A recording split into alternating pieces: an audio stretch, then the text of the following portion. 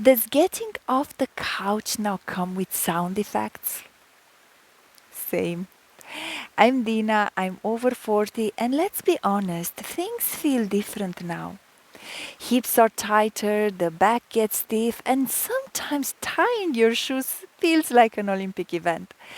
But here's the good news, you don't have to just put up with it, you can actually do something about it that helps.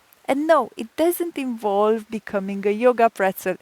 I started this channel because my own body started feeling stiff, tired, and just off.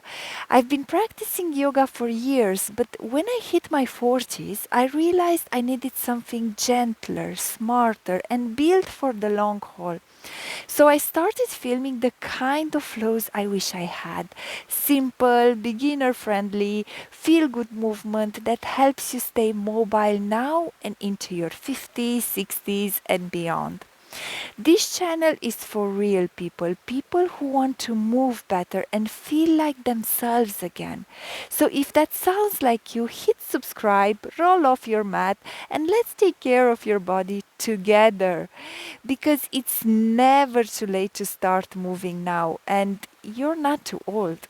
Not even close.